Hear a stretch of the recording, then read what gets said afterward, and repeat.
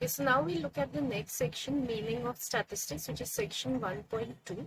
तो इंट्रोडक्शन जो है थोड़ा बहुत आप स्टैटिस्टिक्स के पर्पस को समझे होंगे. अब step wise slowly in detail हम समझेंगे कि स्टैटिस्टिक्स क्या होता है फ्रॉम दिस सेक्शन ऑनवर्ड्स. तो इवन अगर आप इंट्रोडक्शन में अभी भी थोड़े से कंफ्यूज है तो डोंट वरी, अब स्लोली स्लोली कोर्स बढ़ता जाएगा टुवर्ड्स अंडरस्टैंडिंग एवरीथिंग. और फिर आप वापस आ सकते हैं इंट्रोडक्शन पे और चेक कर सकते हैं आपकी अंडरस्टैंडिंग हुई है या नहीं of the example given there. तो चलिए मीनिंग ऑफ स्टैटिस्टिक्स से शुरू करते हैं. कीप इन माइंड, इंट्रोडक्शन से हमने ये सीखा है कि रिसर्च करने के लिए स्टैटिस्टिक्स बहुत जरूरी है. रिसर्च के नतीजों पर पहुंचने के लिए to reach the results and discussion the interpretation of our research findings, statistics is very important. तो इस बैकग्राउंड को माइंड में रखते हुए ही समझने की कोशिश कीजिए कि व्हाट इज स्टैटिस्टिक्स. सबसे पहले जो सेक्शन हम देखते हैं definition and nature of statistics, उसमें हमें बताया गया है कि स्टैटिस्टिक्स के बारे में जब हम सोचते हैं ऑर्डिनरली एवरीडे लाइफ में when we think of statistics, हम समझते हैं उसमें कुछ नंबर्स होंगे, कुछ मैथ्स होगा. ये सही है, लेकिन statistics is not just this, it's not just numbers and mathematics. Statistics और मैथमेटिक्स एक ही बात तो नहीं है. स्टैटिस्टिक्स का एक लार्जर पर्पस है, वो एक पूरी फील्ड ऑफ स्टडी है, एक साइंटिफिक फील्ड ऑफ स्टडी है. वो सिर्फ कैलकुलेशंस एंड कैलकुलेशंस नहीं है. जो भी कैलकुलेशंस हम स्टैटिस्टिक्स में करते हैं उसके पीछे कुछ पर्पस होता है जो हम देखेंगे थ्रू आउट दिस कोर्स. तो यस, जब हम स्टैटिस्टिक्स के बारे में सोचते हैं about numbers and mathematics, that is true, but that is only a very limited picture that we have. तो अगले पैराग्राफ में हमें बताया गया है कि स्टैटिस्टिक्स वर्ड की एटिमोलॉजी क्या है, जिससे हम समझते हैं कि from where the word is coming, और हम थोड़ी गहराई से ये होता क्या है स्टैटिस्टिक्स वो समझ पाएंगे. तो यहाँ पे हमें बताया गया है कि statistics is coming from an Italian term जो है स्टैटिस्टा. उस समय में बहुत पहले जब ये वर्ड निकल के आया था स्टैटिस्टा, उसका मतलब था state related affairs and activities. State related affairs something sounds like politics, तो उसका स्टैटिस्टिक्स के साथ क्या लेना देना है, क्योंकि अगेन स्टेट अफेयर्स जो होते हैं उसमें बहुत से लोग इन्वॉल्व होते हैं, बहुत से लोगों की जानकारी, इंफॉर्मेशन, डेटा हम लेते हैं. तो शायद something to do with that only जो वर्ड निकल के आया है स्टैटिस्टिक्स, वो वहां से आया है. पहले बोल रहे हैं इसे माना जाता था स्टेट एरिथमेटिक. स्टैटिस्टिक्स का मतलब था कमिंग फ्रॉम स्टैटिस्टा, स्टेट एरिथमेटिक, क्योंकि बहुत से आप देख सकते हैं चीजें तब स्टडी करते थे अबाउट द होल स्टेट, और किसी भी स्टेट में बहुत सारे लोग होते थे किसी भी कंट्री में, तो वहां पे वॉर प्लान्स जो है वो बनाते थे, उनके टैक्सेस कैलकुलेट करते थे, टैबुलेट करते थे, मतलब कैलकुलेट करते थे. तो जब इतने लोगों से रिलेटेड कोई जानकारी हम लेते हैं और उस पर कैलकुलेशंस करते हैं टू डिराइव सम रिजल्ट्स, तो ऑब्वियसली हम स्टैटिस्टिक्स का ही यूज कर रहे हैं, तो ये वर्ड वहीं से आ रहा है. तो ये तो हो गई इस वर्ड की हिस्ट्री, लेकिन आज हम स्टैटिस्टिक्स को क्या समझते हैं दैट इज मोर इम्पोर्टेंट. तो अगले पैराग्राफ में हम देखते हैं कि स्टैटिस्टिक्स को हम कैसे डिस्क्राइब कर सकते हैं. स्टैटिस्टिक्स एक साइंस है. साइंस क्या होता है, क्विकली लेट्स रिवाइज. साइंस होता है वो तरीका नॉलेज कलेक्ट करने का, that method of acquiring knowledge, जिसपे हम प्रूफ का इस्तेमाल करते हैं और जो बहुत सिस्टमैटिक होता है in its collection of data. जो भी नॉलेज एक फील्ड ऑफ स्टडी में होता है जो साइंटिफिक है, वो होता है based on some systematic collection of data, और उसके लिए प्रूफ्स होते हैं. तो स्टैटिस्टिक्स एक ऐसे तरह का ब्रांच है, एक ऐसी तरह का फील्ड ऑफ स्टडी है जिसमें हम साइंटिफिकली क्या करते हैं, we classify, organise and analyse data. जो भी डेटा हमें मिलता है, जैसे हमने इंट्रोडक्शन में एग्जाम्पल देखा था कि अगर हम 100 एडोलेसेंट्स को स्टडी कर रहे हैं, उनके बारे में किसी भी उनके एस्पेक्ट के बारे में हमें डेटा मिल रहा है, जानकारी मिल रही है, लाइक सेल्फ एस्टीम के बारे में या इमोशनल इंटेलिजेंस के बारे में, तो वो जो हमें आंकड़े मिलते हैं, जो डेटा हमें मिलता है, हम उसे क्लासिफाई करते हैं, कैटेगरीज में डालते हैं ताकि बेटर समझ सके. तो एक एग्जांपल हो गया कैटेगरी का कि सेल्फ एस्टीम कितनों का हाई है, मॉडरेट है, लो है. तो ये 3 कैटेगरीज हो गई, हाई, मॉडरेट, लो. तो इस बेसिस पे हम उस डेटा को क्लासिफाई करते हैं, उस डेटा को ऑर्गेनाइज करते हैं. ऑर्गेनाइज मतलब मेल्स फीमेल्स का अलग लेते हैं, फिर लोएस्ट टू हाईएस्ट डेटा को अरेंज करते हैं, किसका सबसे लो है उसका सेल्फ एस्टीम पहले रख लेते हैं, किसका हाईएस्ट है वो लास्ट में रखते हैं. तो जो आप स्कूल में करते थे ascending and descending order, that is organisation of data. तो क्लासिफाई करते, कैटेगरीज में डालते हैं, ऑर्गेनाइज करते हैं और फिर एनालिसिस करते हैं। जो इंट्रोडक्शन में हमने लास्ट देखा था, ओके, एक बार डेटा आ गया तो हम जानने की कोशिश करते हैं कि ये पूरे पॉपुलेशन के लिए ट्रू है या नहीं। जो भी फाइंडिंग्स मेरी आई है, that is known as analysing data. ठीक है, तो इस डेटा का क्या मतलब निकल रहा है और किस हद तक मैं इससे अपने पॉपुलेशन के बारे में कंक्लूजन्स ड्रॉ कर सकती हूँ, दैट कम्स अंडर एनालिसिस। तो जो साइंस है, जो फील्ड ऑफ स्टडी है, जो बहुत ही साइंटिफिकली सिस्टमैटिक प्रोसीजर्स को फॉलो करते हुए प्रूफ्स के साथ ये सारे काम करते हैं, यानी जो भी डेटा आता है उसे क्लासिफाई करता है, ऑर्गेनाइज करता है, एनालाइज करता है, उसे हम स्टैटिस्टिक्स कहते हैं।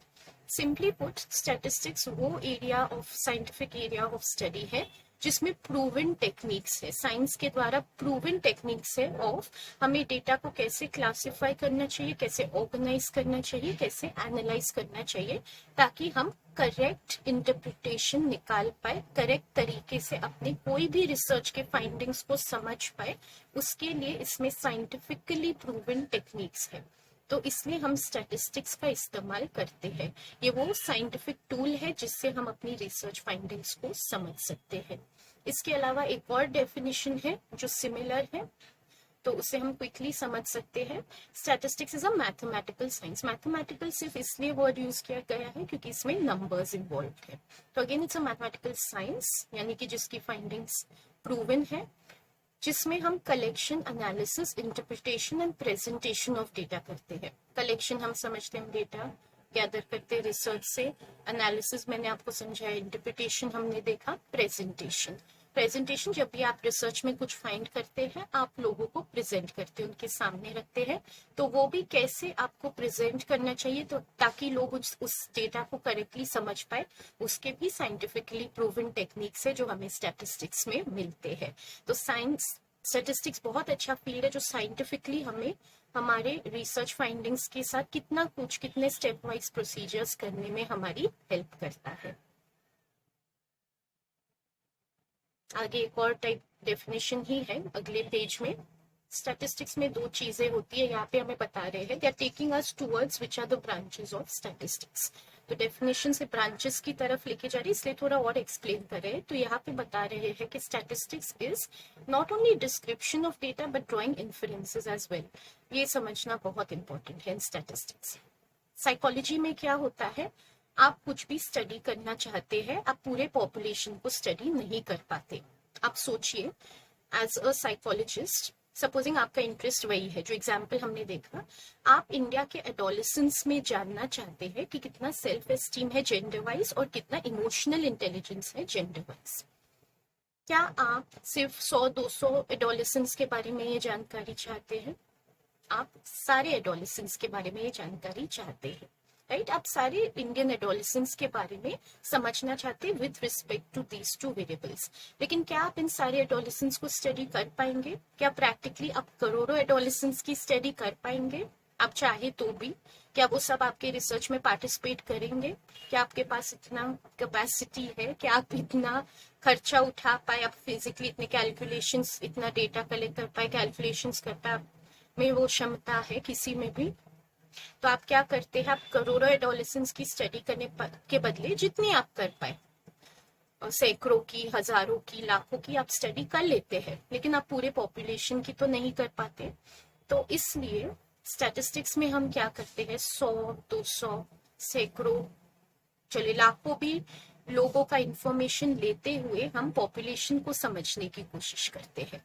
ठीक है, ये की बात है स्टैटिस्टिक्स में, ये जरूर याद रखिएगा कि थोड़े लोगों की, थोड़े इन द सेंस लाखों में हो सकते, लेकिन कंपेयर टू पॉपुलेशन वो थोड़े ही होते हैं। थोड़े लोगों को स्टडी करके हम पूरे पॉपुलेशन को समझने की कोशिश करते हैं।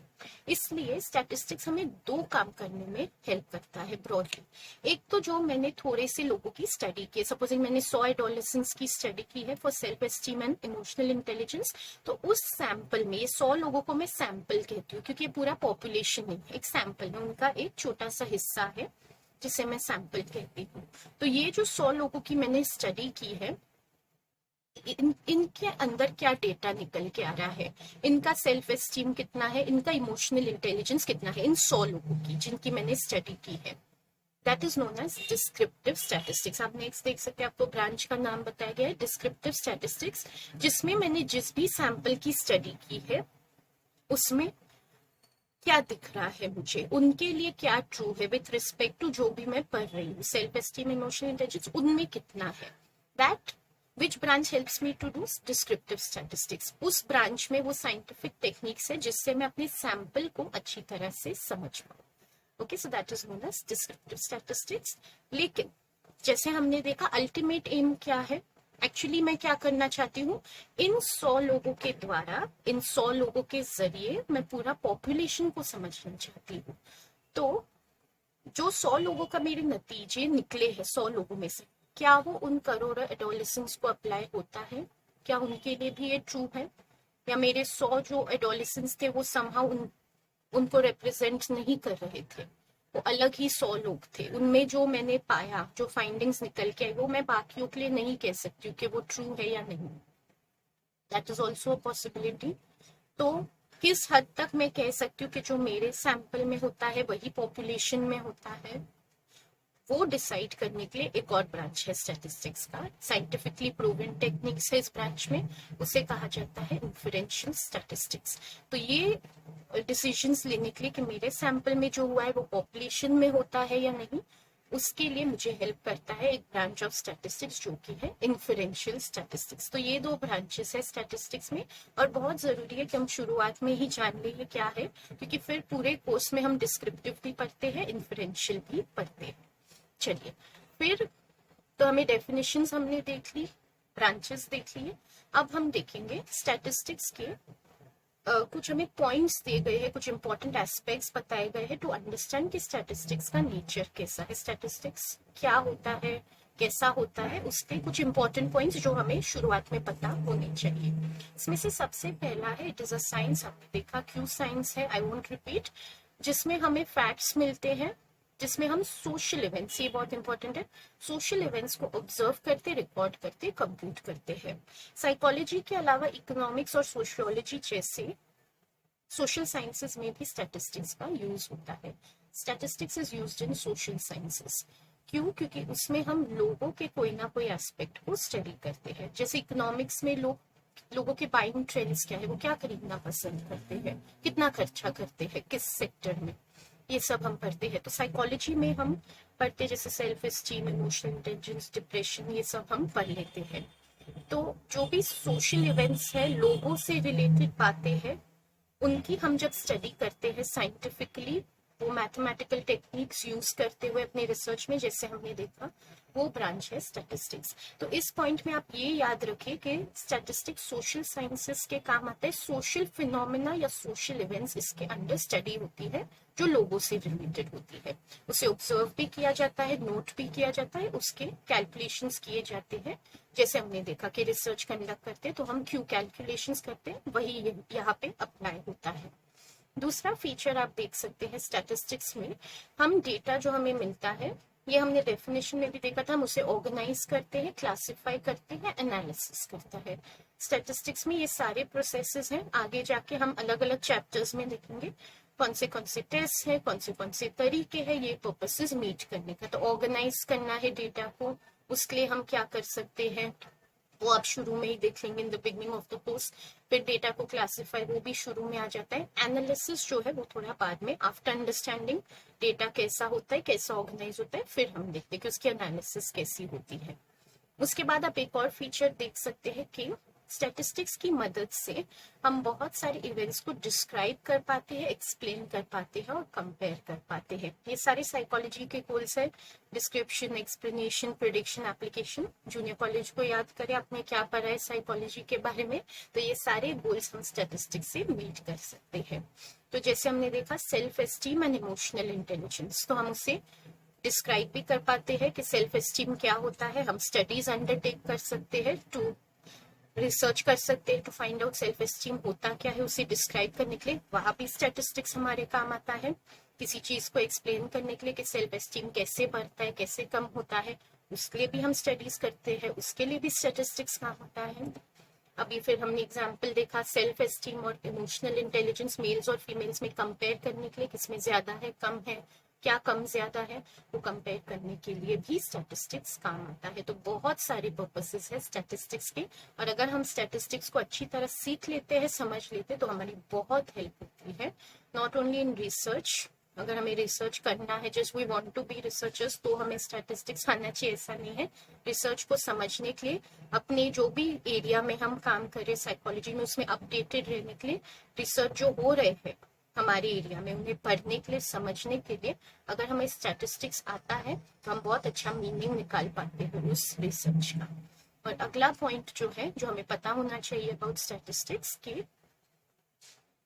कोई भी साइंटिफिक इंक्वायरी है वो हमने देखा कि हम उससे सिस्टमैटिकली स्टेप वाइज कुछ इंटरप्रिटेशंस कर पाते हैं, प्रिडिक्शंस कर पाते हैं, और डिसीजन मेकिंग। अगेन साइकोलॉजी के जितने गोल्स है वो स्टैटिस्टिक्स हमें हेल्प करता है मीट करने में, और जो फाइनल गोल है एप्लीकेशन या डिसीजन मेकिंग, उसमें भी स्टैटिस्टिक्स हमें हेल्प करता है। तो जो भी फाइंडिंग्स होकर के आ रही है, सपोजिंग मैं काउंसलर हूँ या क्लिनिकल साइकोलॉजिस्ट हूँ, जो भी मेरे एरिया में आजकल स्टडीज हो रही है, जो मुझे बहुत जरूरी है जानना, what is happening in my area, if I know statistics, तो उसके बेसिस पे मैं डिसीजंस बना पाऊंगी कि मुझे इन चीजों का, इन फाइंडिंग्स का कहाँ कहाँ यूज करना है, मैं इन्हें यूज कर सकती हूँ या नहीं, ये सच में जो पता करे ये फायदेमंद है या नहीं, हम इसे प्रैक्टिकल में ला सकते हैं या नहीं। इफ आई नो स्टैटिस्टिक्स तो मैं ये डिसीजन ले पाऊंगी। जैसे कि मैं काउंसलर हूँ, मैं पढ़ती हूँ कि अपने स्टडीज के साथ एडजस्ट करने के लिए स्टूडेंट्स के लिए ये टेक्निक्स अच्छे हैं, लेकिन क्या मैं एज एन इंडियन काउंसलर, मैं जहाँ भी सिचुएटेड हूँ, ये मेथड्स में अपने स्टूडेंट्स के साथ यूज कर सकती हूँ कि नहीं? अगर मुझे स्टैटिस्टिक्स आता है तो बहुत हेल्प होगी मुझे ये इस तरह की जजमेंट्स करने की और डिसीजंस लेने की। तो statistics is helpful all round, हर चीज करने में स्टैटिस्टिक्स हमारी हेल्प करता है। हम आगे समझेंगे कोर्स में, स्लोली स्लोली हम सब देखेंगे। Let's just revise 1.2.1 before going to the next section. So here what we have seen in definition and nature of statistics, that our general conception is that statistics is some field that has to do with numbers and mathematics, which is true, but statistics serve some much broader purposes, which we should know about. So they have first explained the meaning of statistics. Statistics is coming from the Italian word statista, which originally referred to state-related affairs and activities. It was used to compute various affairs of the state, like taxation, information on war plans, and so forth. Today, the word is used for some other purposes which are related to how it originated. So that we saw in the next paragraph. Statistics is that scientific field of inquiry, meaning that field of inquiry based on proof and systematic exploration, which gives us techniques for classifying, organizing, and analyzing the data that we find in research. Again, in another definition, they told us it is a mathematical science which helps us to collect, analyze, interpret, and present our data. So it gives us scientific techniques for all these purposes. Then we saw that statistics is broadly divided into two branches. One is descriptive statistics, which helps me to draw conclusions about my sample of the selected number of people that I have studied for any purpose. And then there is a branch known as inferential statistics, which helps me to draw conclusions from the limited number of people I have studied towards the larger population. So to understand the whole population with the help of my sample, there is another field which gives me those techniques, which is known as inferential statistics. Then they told us that there are 4 features of statistics that we should know about. The first of these is that statistics is a science, as we saw earlier, which is concerned with social events, social phenomena, and it is used in the social sciences. Psychology is one such social science. We also saw that statistics refers to organization, classification, and analysis of data. It helps us to do all these processes. Then we saw that statistics helps us to describe, explain, and compare phenomena, which all are goals of psychology, and also in the 4th point, to apply the information that I am getting in research. It helps me to do that also. So it helps me in what I call decision making. So statistics is useful for very many purposes in psychology to